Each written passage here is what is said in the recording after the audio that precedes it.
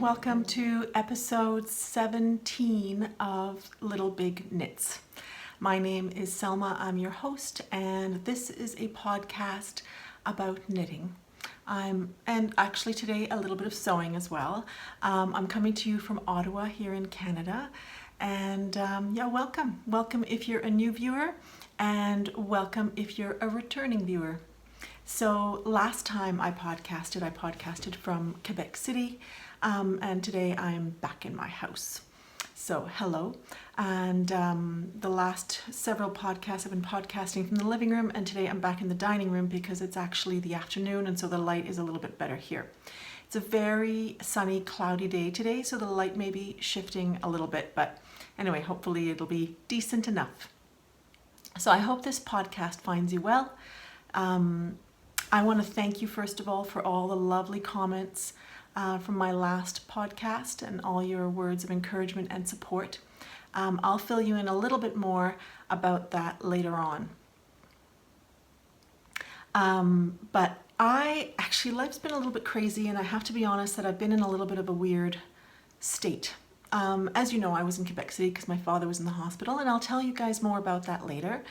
But I really wanted to podcast because it really fills me with a certain kind of joy and fun and takes me into a different kind of, knitter's world bubble, and I really enjoy that. And I don't know if you watch Hey Brown Berry, hosted by Mars, who I absolutely adore, but Mars always starts her podcast saying, "It's podcast day," and that's exactly how I feel too.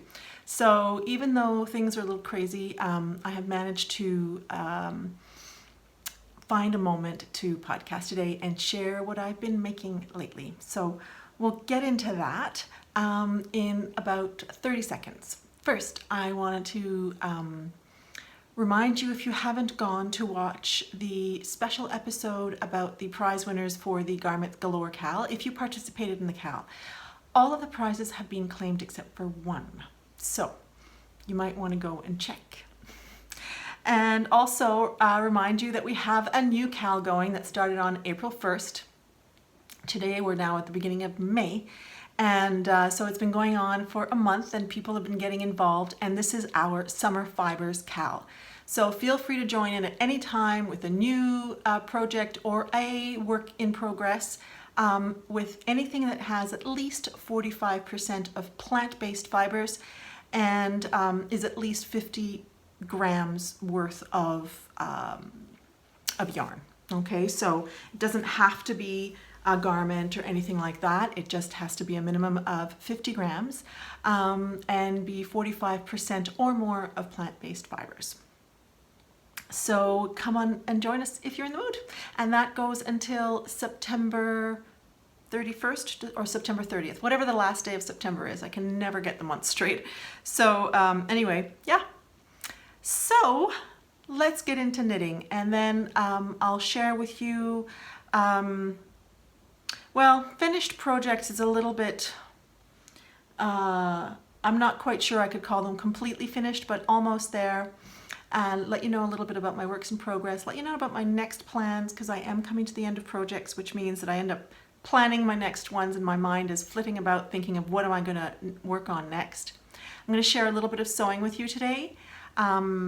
A few acquisitions, and then finish off with a little bit of a review of how things have been going over the last weeks, if you are interested in joining in for that. So I'm wearing a vest that I made, I think a couple of years ago. This is the Heady vest. It's a fingering weight vest, which I made in Estelle Sock It To Me. And it's just a vest that goes to about here. And it's got this cabling happening here with a little garter ridge every once in a while. And I made this from this book called Rowan Finest. And so they're all garments, I think mostly garments, a couple of accessories made in Rowan Finest, which is a fingering weight yarn. As I said, I used Estelle Sock It To Me, which is a sock yarn, which I've actually used in socks, and I prefer it for garments. It hasn't worn beautifully well in socks, but it's been great in this. I have made this, as I said, about 2 years ago. I've worn it a lot. It has kept its shape. It's really, really wonderful. I very much enjoyed knitting this and I would almost make it again. And this is a pattern by Sarah Hatton, and I'm just trying to find it. Here is the original picture, made in kind of a lime green, and I made it in this turquoise color. But it's a really wonderful fit. It was a bottom-up pattern. I didn't modify a whole lot in this pattern, if I recall. I might have modified a little bit about when the arms and so forth happened, but I knit it the way they told you to knit it, and I really, really enjoyed the process of this vest, and have actually thought about making a second one, so we'll see if that ends up happening. There are a lot of, there are several great patterns. I have been looking at this sweater here, which is kind of a bit of a dolman sleeved, loose fitting top that I'm quite intrigued by. There are a few things in this rather sexy red sweater, which is lovely too. So, and there's a beautiful colorwork sweater on the back. So there are many sweaters in this that I've enjoyed, and I have to say I always enjoy Sarah Hatton's designs. She's a designer she works a lot for Rowan. I don't know if exclusively, but a lot, and I very much enjoy her aesthetic. So anyway, that is what I'm wearing today, and that is a fully finished garment, because the other thing that I hoped to finish today, and I have finished the knitting for, is just not quite finished. Otherwise I would have been wearing that today, and that's being housed in this bag by Bags She Built, and it's my Mykonos top. I shared this with you the other time. I had just started it. I hadn't gotten very far, and I have since finished it, and I tried it on, which is why it's inside out. I haven't done any of the ends yet, and I'll tell you why, because it's intimidating me. So I'm procrastinating, because this yarn, which is a linen rayon cotton blend, is extremely slippery. It was great to knit with, lots of fun, but it was quite unruly to do the 3 needle bind off. It was a challenge. I had to do it multiple times, and I still dropped stitches. And I've decided, well, too darn bad, I'm just gonna sew those stitches in and make them invisible. But I ended up reading a blurb about this yarn because Amy Christophers, who's a designer, knitwear designer, had designed a top for this yarn, and so she actually talked about weaving in ends. Because this yarn is so slippery, weaving in the ends is going to be a challenge. And so she talked about a couple of different methods, and one of them she actually talked about using sewing thread, putting it through the yarn, and then taking that through and aiding the sewing in of ends process, because she said that it is quite unruly. It's an interesting yarn. I would use it again, and just know that when it came to sewing in ends and such, it was going to be a challenge. This was called, oh darn, what did they call it?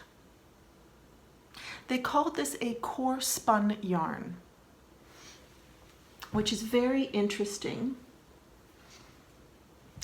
because basically, I don't know if you can see that with the lighting that I have today, but it's a very shiny yarn, but when you get, there is this core in the middle. When you break it, there's this thread that stays behind. Apparently, basically, this has got the linen and the cotton on the inside, and then it's got like a tube of rayon on the outside. So that's what makes it very slippery and shiny. It also gives it a lot of malleability, which linen doesn't always have. But there's a certain unruliness to it, I have to say. But as I said, I still enjoyed it. You just have to know that you probably wouldn't want to use it for something that had a lot of delicate work to it, or I think you want to use it for very simple drapey items. So I kind of devised this pattern. I didn't follow a pattern. As I was knitting this, I was kind of thinking about writing it up as a pattern, although I've never written a pattern before, and thinking about the different sizes sort of intimidates me. I've talked to you guys a lot about how I modify patterns and how I size patterns, and then I thought maybe I should write this up as a recipe to help you to come up with a top for yourself. I don't know. Or maybe I'm just getting ahead of myself and I shouldn't do any of it. And I'm not going to make any promises, but I don't know. Let me know if that's at all of any interest to you. But I thought I'd tell you a little bit about how I made it. I started at the bottom. I cast on, and as you can see, it's rolling. I'm not sure, I haven't washed this yet or blocked it, so I'm curious to see what happens with that, but I basically just did a teeny weeny little garter ridge. I started along, I basically did garter ridges every once in a while, so it created kind of a stripey effect. I kept on going up. I did a tiny bit of waist shaping, although I'm not sure that there was a whole lot of value to it because this would have been just fine, just knit straight up. And then I created some increases underneath so that it went out a little bit before splitting for the front and the back.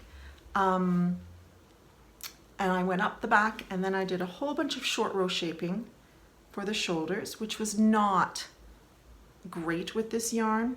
It was a bit challenging to do. So you can see some of the short row shaping there, but it's not something that lends to things like this just because you see everything. So it's not the most subtle thing, but it sits nicely.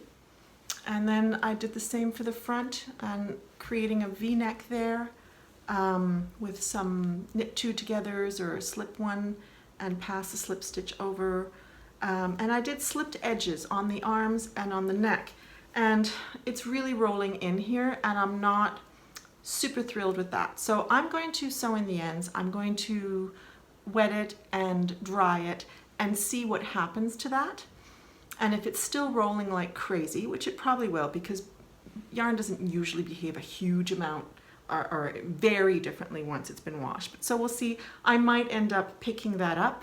Either I'll live with the rolled in edge or I will pick it up and do a very small rib, you know, just a couple of rows, 3 rows or something like that, just so that it lies flat. But it looks good. I'll insert a picture that I just took very quickly with me in it so you can have a look at what the V-neck looks like, and it seems to be sitting really nicely. Just the armholes I'm not super duper thrilled with yet. And I thought if I were to write it up, I think I'd want to knit it up again in perhaps a simple mercerized cotton and see what happens. This was a DK weight, and it's going to be a lovely top to wear on a super hot day because this yarn is not warm at all. It's very cool to the touch. There's a certain transparency to it, so it's going to be a nice thing to wear on a very hot day. So it was fun to knit this because I just kept thinking all the time about, you know, how would I describe what I'm doing and so forth. I love the idea of improvising tops, and it's something that I tend to do a little bit more in the summer than in the winter.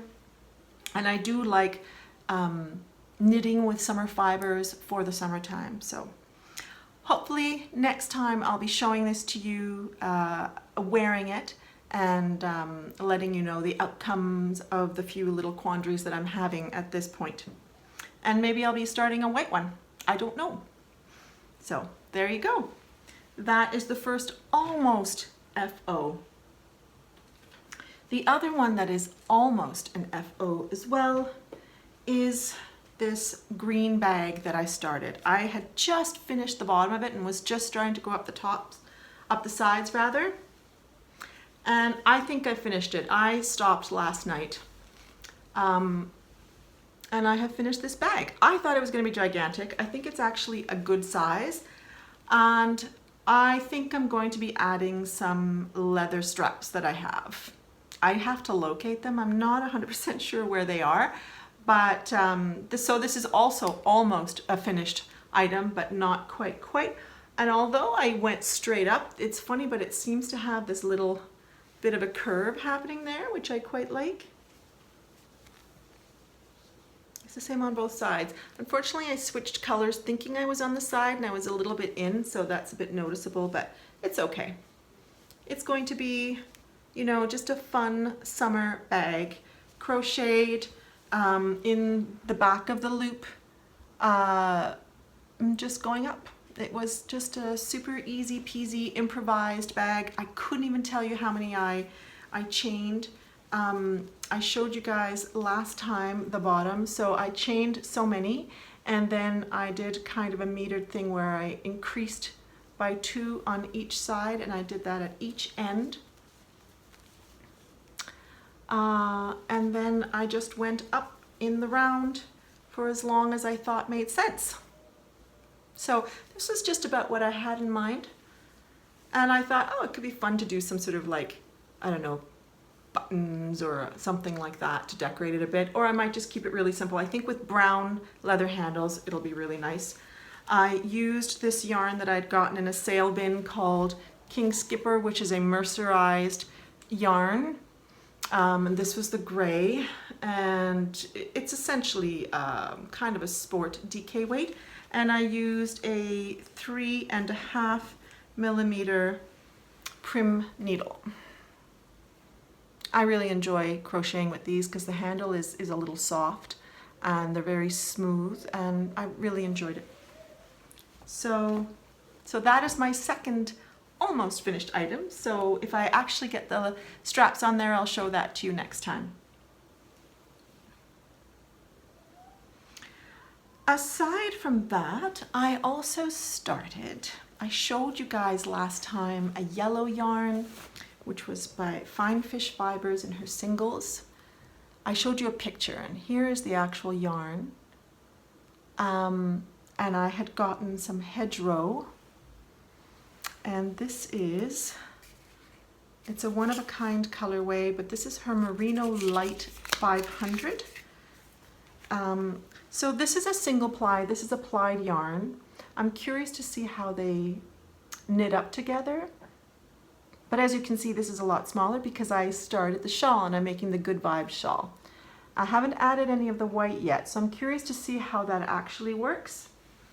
But this was a continuation of my yellow mood. Oh, look at that. Mid-row, sorry. Can't believe I did that. But I've sort of knit this much. Oops, and now I just lost stitches. Oh well, I'll fix that after. So it's going to be a wonderfully, single ply really is beautiful for shawls. I have to say, there's just this bounciness to it that's so wonderful, and I'm really, really, really enjoying this colorway. So I'm got a little ways to go still for the shaping of the yellow portion of the shawl before I add this. So let's see how it goes. I'm hoping it works okay, but I don't know. I think I'm doubting it just because there's such different bases. But you can see there that there are specks of yellow in there in this yarn. That'll go, and then also little pinks and blues and purples and stuff like that. So let's see how that goes. I'm knitting this on a 4 millimeter needle and really enjoying it. It's just going to be a lovely, lovely, lovely shawl, I think, and I've been wanting to make this for such a long time that I'm glad that I'm finally doing it. Excuse me while I pick up my stitch marker that I kind of killed or blew away when I pulled out the knitting by accident. And I'm housing this in a bag that my mum made years ago with Marimekko fabric, and I just really, really like it. So there you go. The other whip is kind of a co-whip, if you can say that. I am making, well no, I'm not making. I started this pair of socks, which is using this yarn here, which is a Regia 6 Fedig, which is a 6 ply, and it's kind of more of a sports weight yarn for socks. And my husband wanted a second pair of socks, and or another pair of socks, I should say, not his second pair, and he wanted to help knit. So I started it for him and did the toe, which is looking like this, and he has now started knitting in the round. So I'll show this to you once there's some progress, but I don't think it's going to be very fast going. And I think I'm going to get him some new needles because these are arrow needles and there's nothing wrong with them. They're perfectly fine, but somehow the needle and this yarn are just, it's almost like fingernails on a chalkboard. It's just not really a very pleasant knitting experience. So I thought I might get him some Chow-goos in 2.75 millimeters so that the experience would be a little bit more pleasant for him. Or some hayas, or just something where the yarn's going to slip. There's somehow a weird sensation, which is not something that usually bothers me, but I just thought he's fairly much a beginner knitter, and I want this to be a pleasant experience for him. So I'm gonna get him some new needles, and I think that he'll enjoy it more.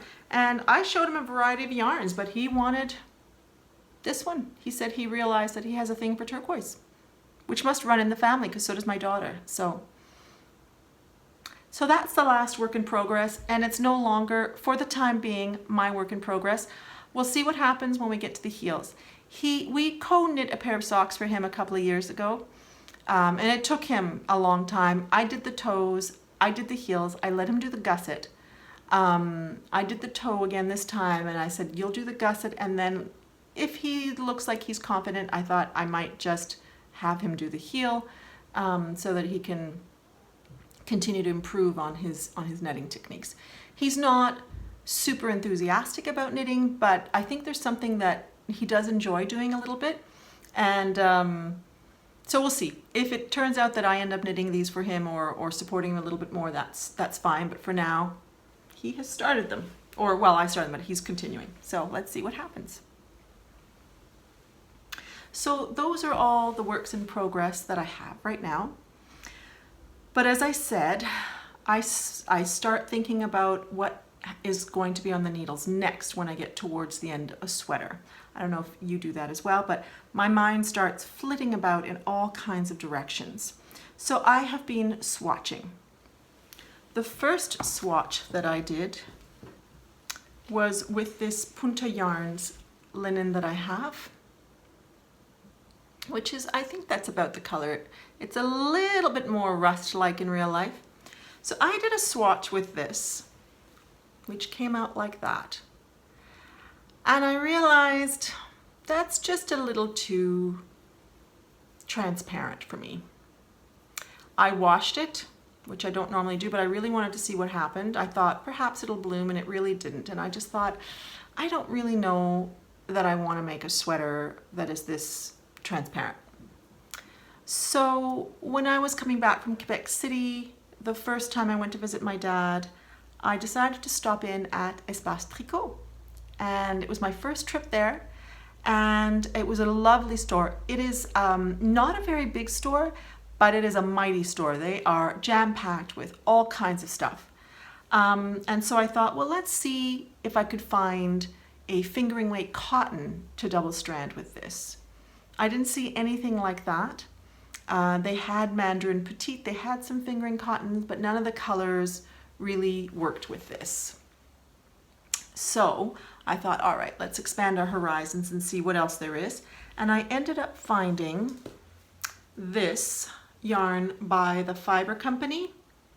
It's their Meadow, I believe, and it's in the Bergamot colorway.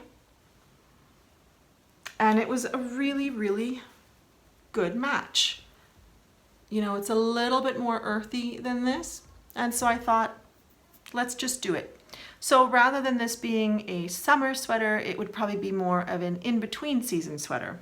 So I've been swatching, and I think I have found the tension that I enjoy, but I'm not 100% sure which sweater I'm gonna make. I was thinking I would make the Sunshine Coast by Heidi Kiermaier. I have the pattern and I want to make it, but I'm not totally decided. But I do think that this is the 4.5 millimeter. I started with a 4 and I realized it was a little too dense. Then I went to a 5 and I thought it's too loose. So I think I like the 4.5 millimeter.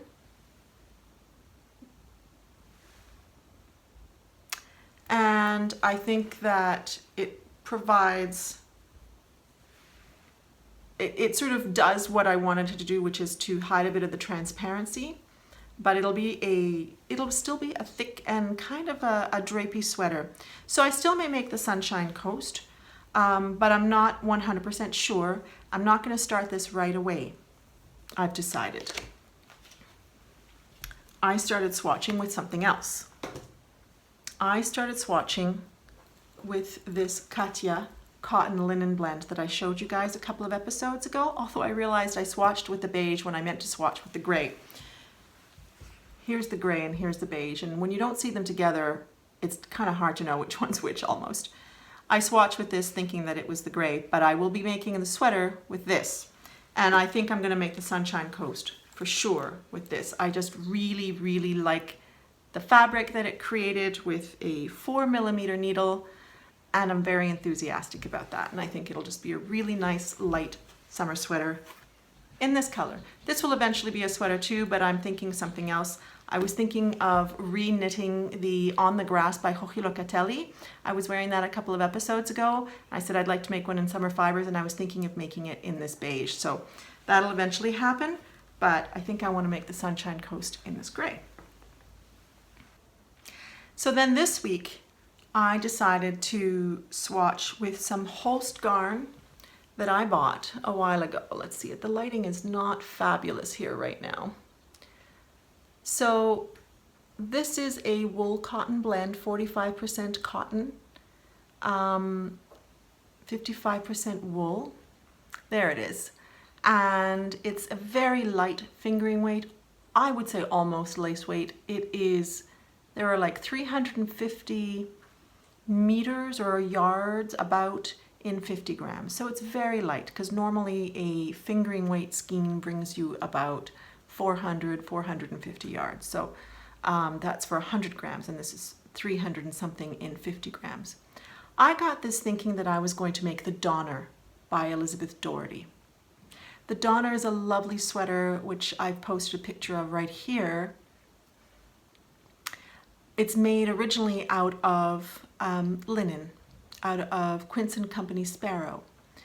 And I realized when I swatched with this week, this was not appropriate, because despite having cotton in it, it's a very, very light and airy yarn.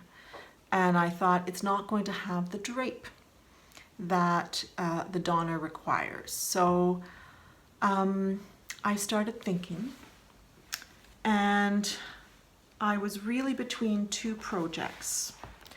One is from the recent making, which I recently got, and it's a beautiful edition, I have to say. There are quite a few things in here I would like to make. And one of the things in here that I would like to make is this cardigan by Carrie Bostic Hogue. It's in fact in a very similar color, and I very much like it. But then I started thinking, I have been wanting to make the Uyo dress out of the Len or Line magazine, which was the second edition. And it was this dress here called Uyo, which was designed by Ankestrick. And I really like this. And then I thought, oh, maybe this would be really nice in blue. So I showed it to my husband and a friend, and they both felt that the dress was going to be nicer in this than the cardigan. And I also felt that although I really like this cardigan, I actually have a blue cardigan for the summer, so I thought, do I really want to have another blue cardigan? So I'm going to be making the dress from the Line, and very excited about it. My gauge is a little bit off, so I'm going to have to modify the pattern, but I've got so much of this that I've got enough for it, and if I have leftovers, then it'll go towards another little top or a shawl or something, or get mixed together with something else. But so this is going to become that sort of very simple tunic dress that I could wear with leggings, another little black stretch skirt, or white linen pants. Oh, well, this is unusual behavior. Hello, Yoda. Somebody wanted to come and say hello, but I'm podcasting. Oh, that is so sweet, but you gotta, you're not allowed on the table, right? You wanna say hi? There we go. So, so I'm either going to start the Sunshine Coast or the dress next. Let's see what happens. And so those are some of the planning that I have been doing. And that is the end of the knitting segment. I'll tell you a little bit about the sewing that I've been doing. I showed you a few episodes my epic fail, which was a top, and I won't show it again. Now I've got cat hair on me. And so I was just really feeling like I'm just not going to get this sewing thing. And then I sort of remembered that one of the reasons I wanted to sew garments was that I really wanted to make skirts, because I find it really hard to find skirts that fit. And Daryl Thomas, which is a store here in Ottawa, sort of a higher end fabric store, they also have sewing classes, and they had a class for a fitted skirt. And so I decided that's it, I'm signing up. So I found some fabric, which is this fabric here. It was a Moda fabric that I had in my stash, and I went and took the course and got a skirt. I'll insert a picture here so that you can see. So it's a very straight skirt, and it turned out lovely. I'm very, very happy with it. We learned a lot in that class. It was an excellent, excellent class. You know, one of the main things you learn in that class is how to do an invisible zipper, which worked out really, really beautifully. Very happy. We learned how to do darts, which in this fabric you really don't see much, but they're there. And that was really interesting.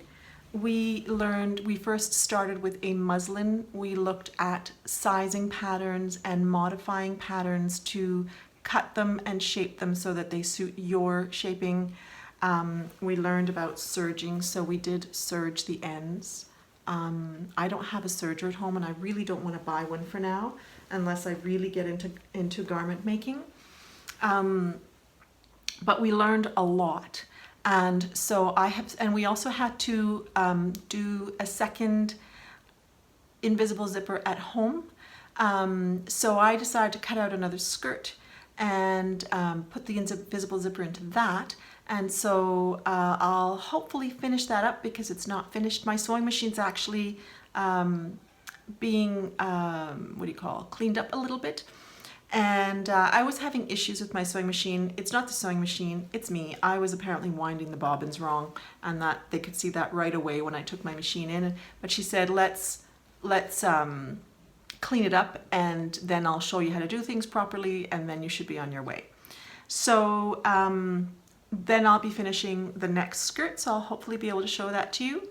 And I've also identified some other fabrics from my stash that I'm also going to turn into skirts. So hopefully I'll have a few skirts that one of them will be a winter skirt, and then a couple of summer skirts. The other one that I already put the zipper into, it would be more of a winter skirt. It's a wool polyester blend that I had gotten somewhere at some point in a sale. So yeah, I already wore this the other day, as you could see in the picture, and it's a little bit big, which is funny because the muslin fit. But as the instructor said, she said, you know, different fabrics will react differently, and so she suggested that with the wool polyester blend that I not try and make it smaller, because she said that will have no give. And so she said I may not need to modify. But the other fabric that I have is a cotton fabric that's got a teeny weeny bit of stretch to it. So she said I'd probably want to modify that one a bit. So there you go. But I'm just so happy to finally have made a garment and feel like I can make it again and it'll actually work.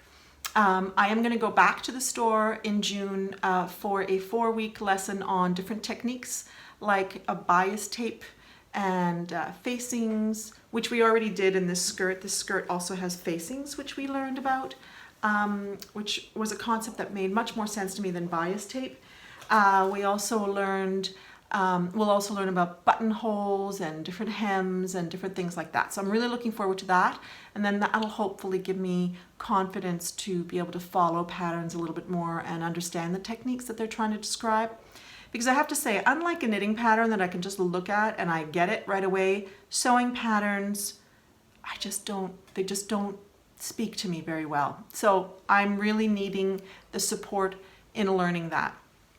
And that's fine. It's just, I learn far better by seeing somebody do something and then I can just go and do it. Whereas if I try to read an instruction and get it, it means absolutely nothing to me. So when I watched her do the invisible zipper, I just went off and did it. She said, "Do you want me to sit with you?" I was like, "Nope, I got this." And I was fine. Second time I did it, I had to kind of work at it a little bit, but I understood the philosophy behind it, so I was able to do it. But I would have never gotten that out of reading it in a book. I'm just not that kind of learner. So I just have to respect the kind of learner I am, and I think take classes from people or sit down with people who know, and then I'll learn it. So there you go. My sewing adventures have improved as far as I'm concerned because I was a little bit demoralized after my epic fail. But at the same time, I'm kind of determined to get this. So there you go. I have gotten some new fabrics and things, but I'll show those to you another time. I thought I would show you a couple of things that have come into my life. Some very interesting and beautiful things. You may know about Patricia of Paradise Island. Some people have had her bags. I met Patricia last year at the Toronto Frolic. And knowing that I was supposed to be going this time and I didn't, and I'll tell you all about that later, she said, "I'd love to give you a bag." And so I chose this bag, which says Knitterati on it. And she ended up sending the package home with my friend Sue from the Two Tangled Skeins, because she and Lynn ended up going. And she sent this bag, but she also sent one for you guys. So that will become part of a prize, either for the Summer Fibres KAL or for something else. I haven't quite decided yet. I have to be honest, this is probably one of the best made bags I've ever seen. The details on here are amazing. First of all, she silk screen prints the bags as well as her logo on the inside. And she uses a beautiful, beautiful canvas, sort of like loosely woven. I'm afraid you've got my phone shadow there.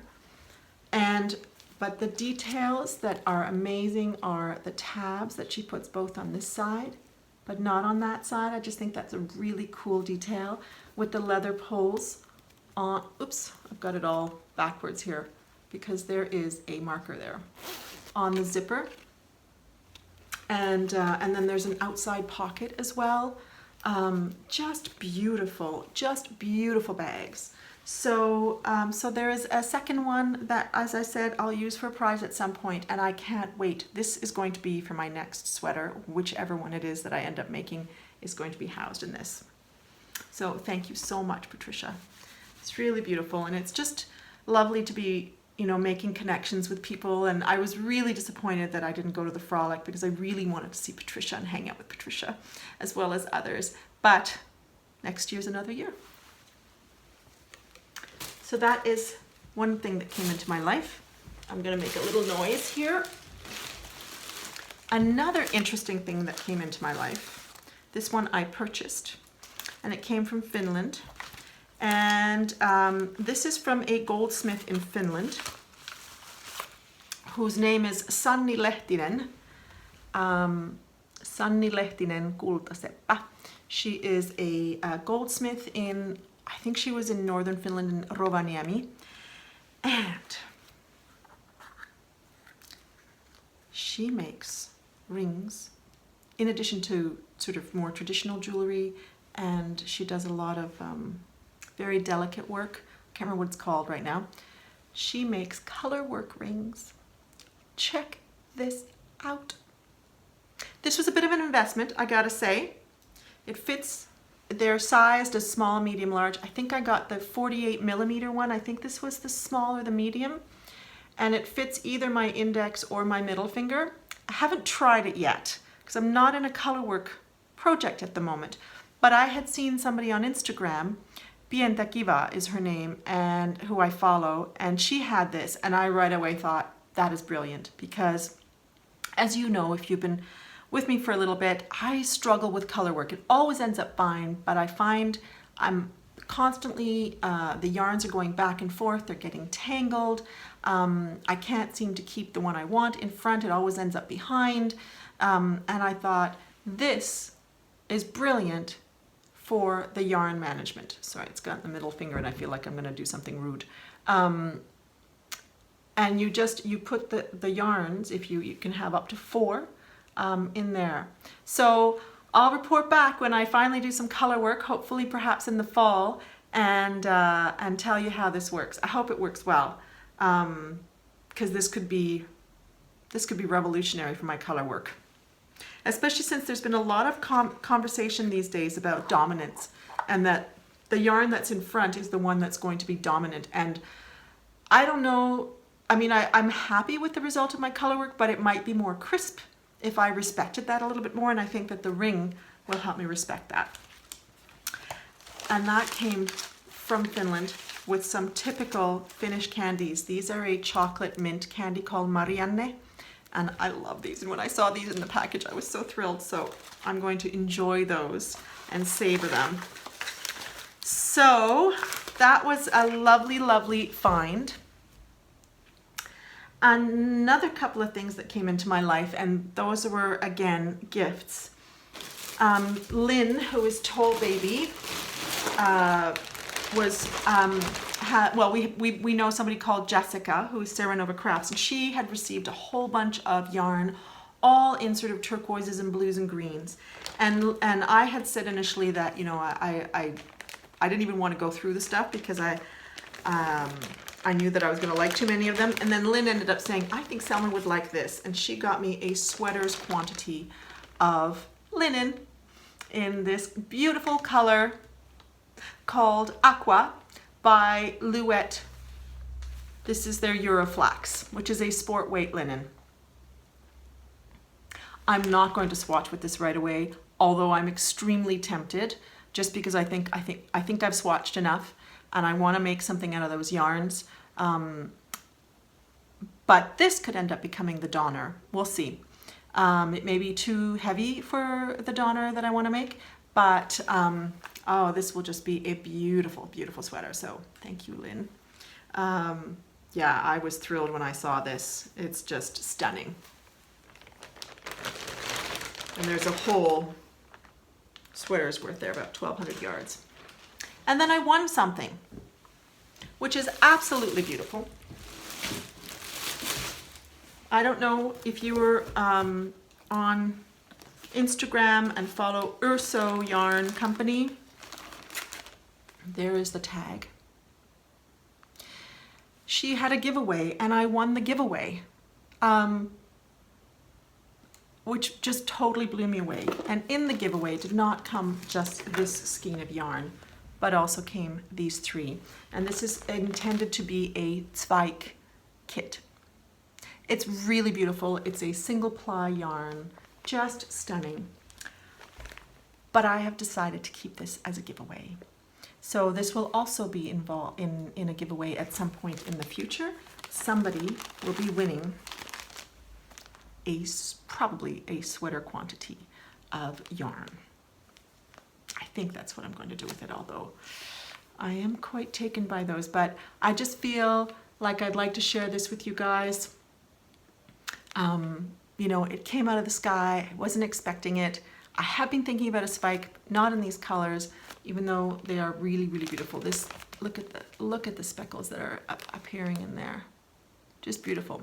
So Urso Yarns, her name is Paul, and she's from, actually, this is Canadian yarn, and it is dyed in Otterburn Park, Quebec. And she also does drawings, so she sent a print, which is really beautiful along with it. So it was a beautiful giveaway. I'm very grateful to have won it, and I'm very happy to be able to share it with you guys at some point. Can't tell you when. So those are things that have come into my life that were beautiful, beautiful, generous gifts. Sometimes things come into your life just when you need them, and they are things that just make you smile when you need a smile. And so I'm very grateful for that. And so that is the end of anything yarny or fiber related. I just thought I'd give you guys a quick update on the last few weeks. As you know, the last time I podcasted, which was 3 weeks ago, was from my father's house. And I was visiting Quebec City because my father was in the hospital. He's now out of the hospital and at home. His health is okay. He is receiving nursing visits, and I have to say the healthcare system has been amazing, and so they provide home visits, and which is great because he needs a little bit of support. So, but he's doing all right, and I'm going to leave it at that because I don't want to share too much about somebody else's situation. But I want to again thank you so much for your comments and concern and good thoughts and prayers that people have offered up. Very much appreciate it. I'm going to be honest, it's been a bit of a rock and roll, rocky road for me as a single daughter, and so I very much appreciate the support from everybody. And I'm going to leave it at that for now. However, it has been a bit exhausting. So last weekend, I was supposed to go to the Frolic, and I didn't go. So I'm sorry if I missed anybody. I just got really exhausted, and I've decided to forfeit my flight. I got a tiny little quantity of money back, but I just realized after 2 weekends of being on the road and worrying and taking care of business that I just really needed to be quiet. And as much as I love hanging out with people, sorry, my throat's getting dry. And I think, you know, I'm fairly extroverted. I thought I just do not have the mental space right now. So I stayed home. It was a quiet weekend. I took a couple of days off work, which was very much needed, and took care of myself for a little bit. So that was great. I missed the Frolic. I especially missed, as I said, seeing Patricia and the other podcasters. And hopefully there'll be another chance to go to Toronto at some point, and as well see my friend Dana there. But I had to forego the Frolic this time. So that's okay. And other than that, on these journeys back and forth to Quebec City, I thought I would just share some of the wonderful podcasts and audiobooks and shows that I watched and listened to on the train and at my father's house. So one thing that I watched was Alias Grace on Netflix, which was a Canadian production of one of Margaret Atwood's books. And in fact, I haven't read all of Margaret Atwood's work, but it is definitely the favorite one that I have read. I really enjoyed that book. I almost feel after watching the series, which was a 6-part series, that I'd almost like to read the book again. If you know Margaret Atwood's work, she has strong women's roles, and she talks very much about women's issues, and Alias Grace is very much a commentary on that. It's a really good story, and I think the TV production was actually really well done. It had been years since I'd read the book, and I'd forgotten a lot about it. And I don't know if you've seen it and if you've read the book, how you felt about it, but I thought they did a very good job. I was listening to Dracula at one point, finished that a while back, and then listened to a podcast called You Must Remember This, where they talked about Boris Karloff and the whole Dracula movie scene, which was very interesting. And if you're into old cinema, from that era, from the 1930s, You Must Remember This is a great podcast. The woman's voice is a little bit unusual, and at first I thought, oh, am I going to like this? But then I actually really enjoyed it. It's very well scripted, I would say, and really well podcasted. I also became aware of another podcast called The History of English.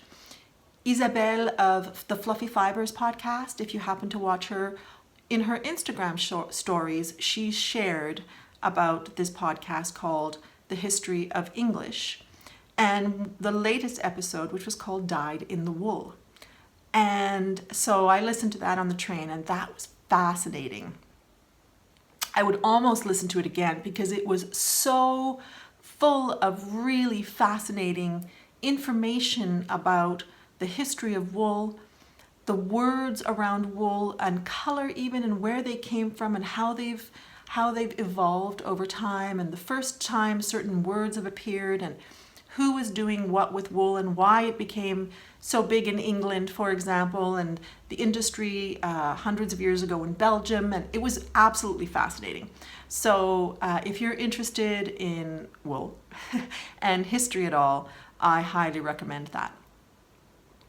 And then I was also listening, sorry, I got distracted because I said that I had listened to the audiobook of Bram Stoker's Dracula, which I very much enjoyed. I have been listening to the audiobook of Through Black Spruce, which is by a Canadian writer called Joseph Boyden. And it is about Indigenous stories about the Native peoples of Canada.